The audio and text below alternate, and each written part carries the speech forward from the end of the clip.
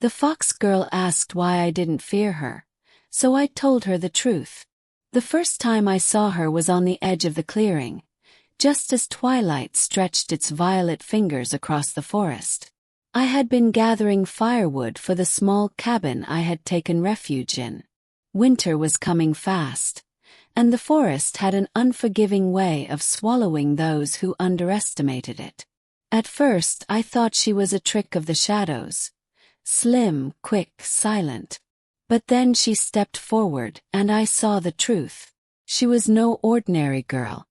Her hair shimmered like burnished copper in the last light, her eyes golden and sharp, and behind her swayed a tail, lush and russet, tipped in white. Fox girl.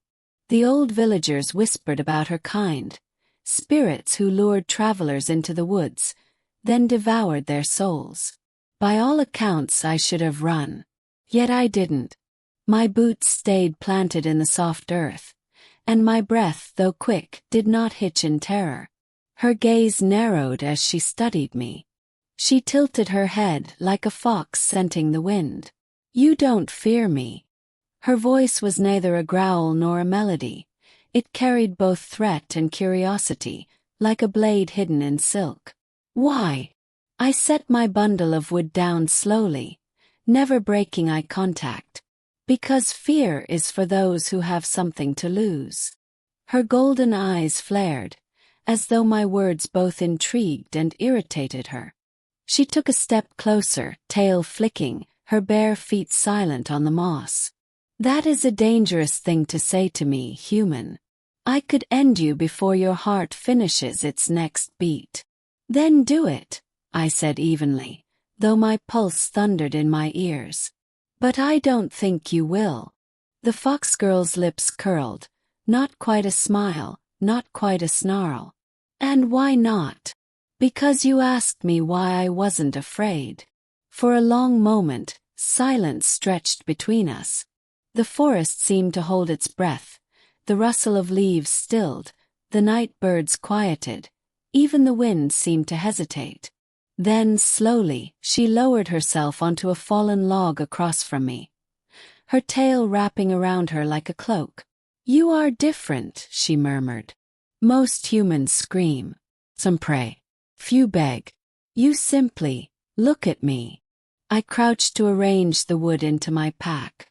"I've seen worse things than you." Her eyes narrowed again, sharp as blades in the dim. "Worse than a fox spirit who has walked these woods for centuries." "Yes," I said simply.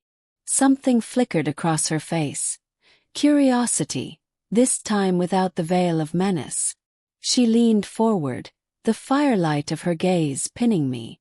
"Then tell me what could possibly be worse than me." I hesitated, my hands resting on the rough bark of the logs. It had been years since I spoke of it aloud, years since I let the memory crawl out of the shadows of my mind. But something about her demanded truth, raw and unpolished. So I told her.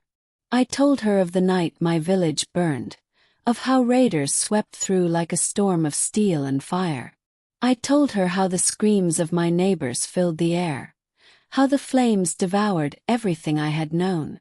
I told her about my younger sister, small, laughing, with ribbons in her hair, how I searched through the smoke for her, only to find the ribbon charred and trampled in the mud. By the time the tale left me, my throat was raw and my chest hollow. The fox girl did not interrupt. She watched, still as stone, her golden eyes reflecting more than the fading light. When I finally fell silent, she spoke in a voice quieter than the sighing wind. "So that is why." I nodded, unable to say more. She rose from her seat, the forest seeming to bow around her. Her tail brushed the ground as she stepped closer. This time there was no menace in her approach, only an odd gravity. She stopped just before me, so near I could see the faint glow of her skin, as if fire lived beneath it. "You look at me and see something dangerous," she said, her voice steady. "But you have already walked through fire. You have already lost what mattered most. To you, I am only another storm on the horizon. I met her gaze, unflinching. Exactly. Something shifted then. The tension that had strung the air like a drawn bow eased. She tilted her head again, but softer this time, almost curious in a childlike way. No one has ever answered me like that before, she admitted. No one has ever told me the truth. Her hand lifted, hesitated, then brushed the edge of my sleeve. The touch was light, fleeting, like the brush of a fox's tail against the grass. Perhaps, she whispered, I will not devour you after all. A faint, unexpected laugh broke from my chest. Generous of you. The fox girl's lips curved, this time into a real smile, quick and sly, but warmer than I imagined possible. Careful, human. Keep talking like that, and you might trick me into liking you. We stood there, two creatures bound by loss and curiosity, the forest folding around us like a living shroud. For the first time since the fire, I did not feel alone. And though I could not explain it then, I knew the truth I had spoken to her had changed something. Perhaps in her. Perhaps in me. Or perhaps in both of us, standing at the edge of a world where fear had no more hold. The fox girl stepped back, her golden eyes gleaming like embers. We will meet again, she said. And next time perhaps I will not ask why you do not fear me. I will ask what else you can teach me. Then, as silently as mist, she vanished into the trees. I stood in the clearing long after she was gone, the night settling cold around me. But the echo of her words lingered, warm and strange. For the first time in years I carried not only memory but something fragile and new. Oh. I stood there, staring at the place where she had disappeared, her scent of wild earth and smoke still clinging to the air. My firewood lay forgotten at my feet, but my thoughts were far from survival now. I had spoken truths I had buried for years, and instead of devouring me, the fox girl had listened. Her golden eyes had not mocked, nor pitied, nor dismissed. They had reflected my pain as if it were her own. And in that moment, I realized she wasn't only testing me. She had been searching, for honesty perhaps, or for someone who did not tremble at her presence. The forest whispered again as the night deepened, the stars threading silver through the branches overhead. I gathered the wood at last, my hands steadier than before, and turned back toward the cabin. Yet every step seemed lighter, every shadow less heavy.